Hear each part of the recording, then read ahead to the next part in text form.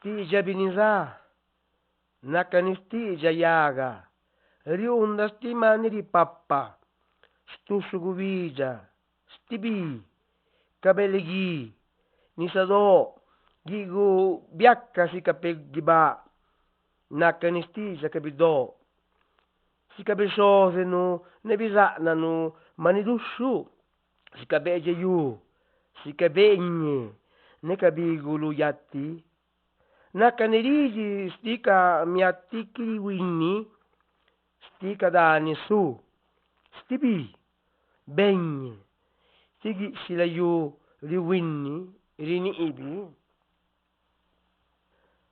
La lengua de los zapotecas es la voz de los árboles, el canto de las aves, el rumor del sol, el viento, las estrellas, el mar, los ríos, anchos como el cielo mismo.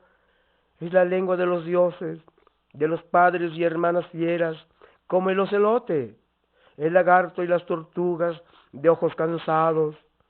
Es el sonido de los seres invisibles, de las montañas, el aire, el himno de la naturaleza visible, movible.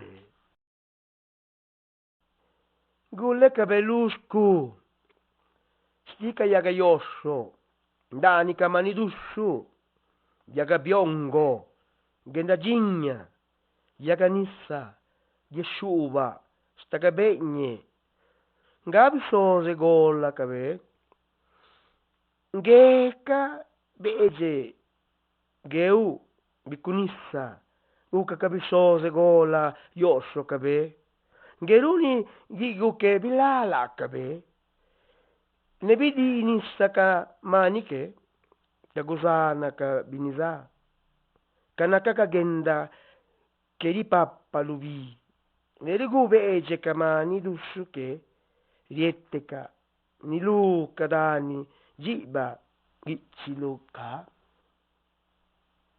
Nacidos de las raíces de los árboles grandes, de las entrañas de las fieras, la ceiba, el zapote, el tule, jamines y lirios silvestres son los padres tutelares, también el tigre, el ocelote, el lagarto, los coyotes, las nutrias han sido los abuelos milenarios.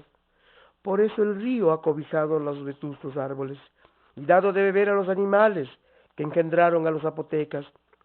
Las ramas de esos seres vuelan en el aire y el rugir de las fieras se oye en los montes de espinas erizadas.